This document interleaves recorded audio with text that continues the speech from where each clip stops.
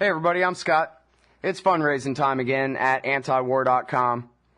We need your help, and here's how you can help.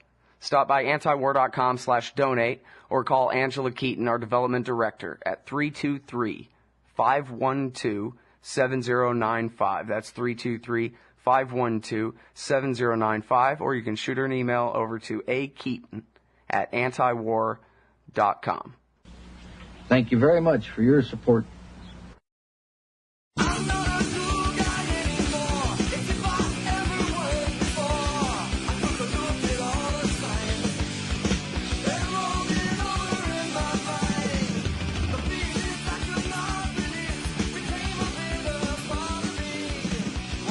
All right, y'all, welcome back to the show. It's Anti-War Radio.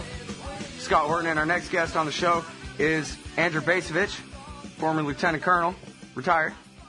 He's the author of the new book, Washington Rules, America's Path to Permanent War. Previously, he wrote The New American Militarism and The Limits of Power. And he has an article, it's under Tom Englehart's name at antiwar.com right now, called The End of Military History. I forget if there was a question mark on that or not. Welcome to the show, Andrew. How are you?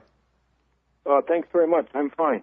I really appreciate you joining us on the show today. So, Washington Rules, America's Path to Permanent War. I guess the real bottom line here is the bipartisan nature of the war party and the inability of either side to put an end to this when the power switches back and forth. It seems like we just go on and on and on. Yes, you have accurately summarized a core message of the book.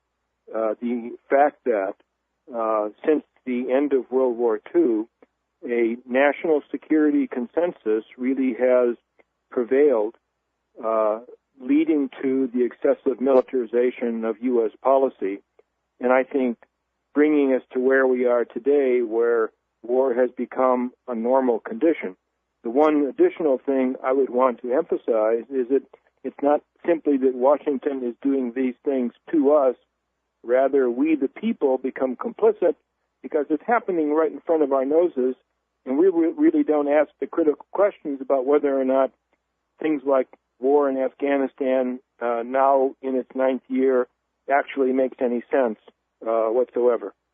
Yeah, well, I'm afraid that's too true, and I think people tend to just go along with the consensus. It seems like if you're not expert in something, you go along with what the experts seem to think about it, I guess, is the way most people look at things, you know. I mean, if you were teaching me how to scuba dive, I wouldn't question you. I don't know. You're the expert, right? That's the attitude.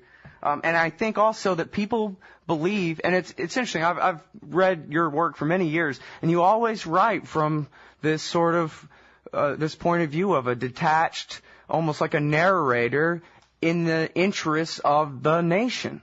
And yet, I think that that's what people really believe, right? Is that the people who run the government have the national interest in mind. But I'm of the idea that the people who are really the richest and most powerful in our society aren't patriotic at all, and they don't really care about America at all. They just as soon throw us away and move to China.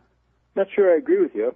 And what I would say is that they actually see themselves as patriotic. George Bush, our last president, genuinely believed, in my view, that in invading Iraq in 2003, he was doing something that was consistent with the interests of the nation.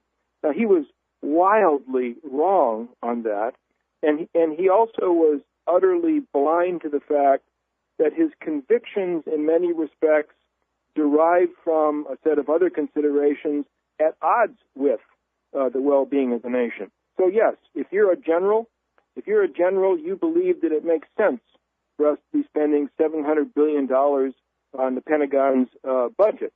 But of course, if you're a general, you have an interest in the Pentagon continuing to be able to command those kinds of resources.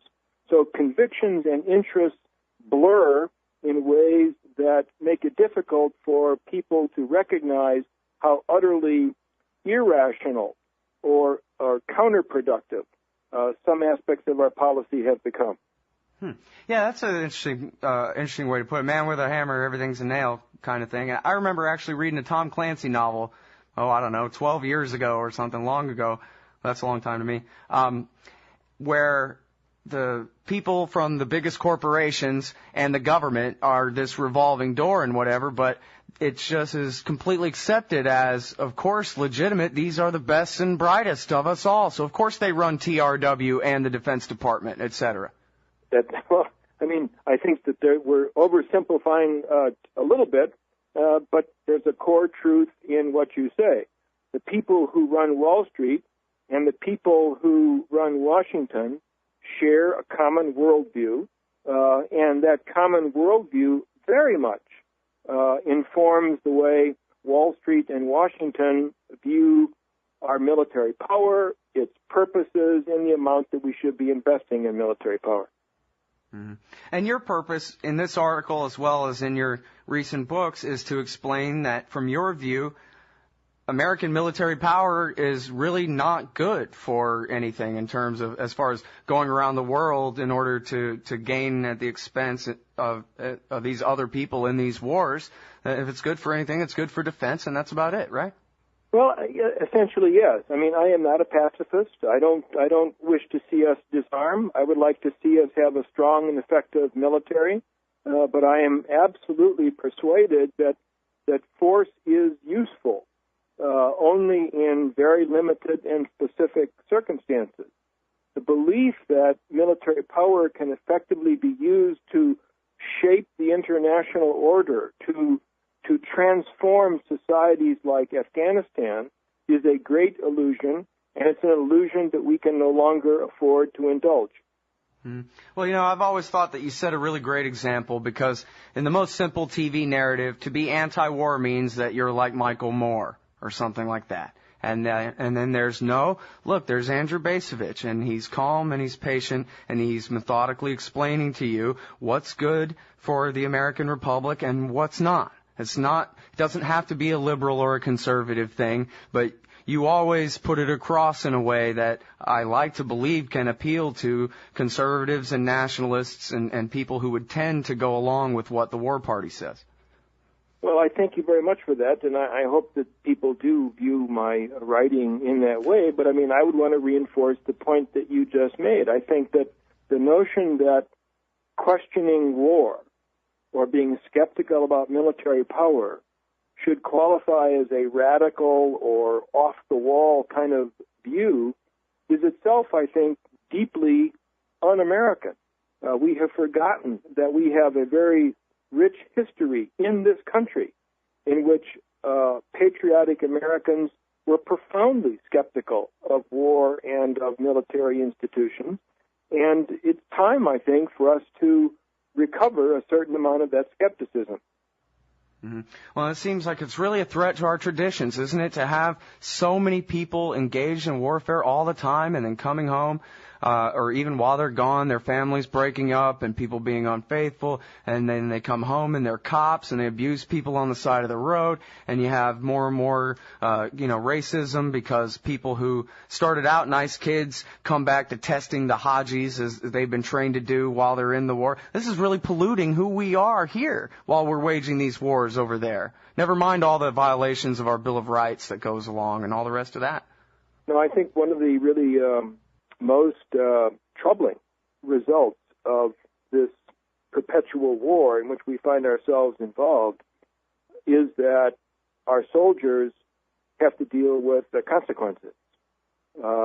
And I think increasingly we're beginning to appreciate this even in reports that we see in the mainstream media, whether you're talking about the prevalence of PTSD, whether you're talking about the epidemic, really, of prescription drugs being used by American soldiers to deal with anxiety, depression, other problems resulting from their combat deployments. We're creating a substantial community of our fellow citizens who are being seriously damaged as a consequence of their participation in war, and that very much demands our attention. It's not something that we can simply sweep under the table by saying, I support the troops, hurrah. All right, everybody, that is Andrew Bacevich. He's the author of Washington Rules, America's Path to Permanent War, which, by the way, that's a premium.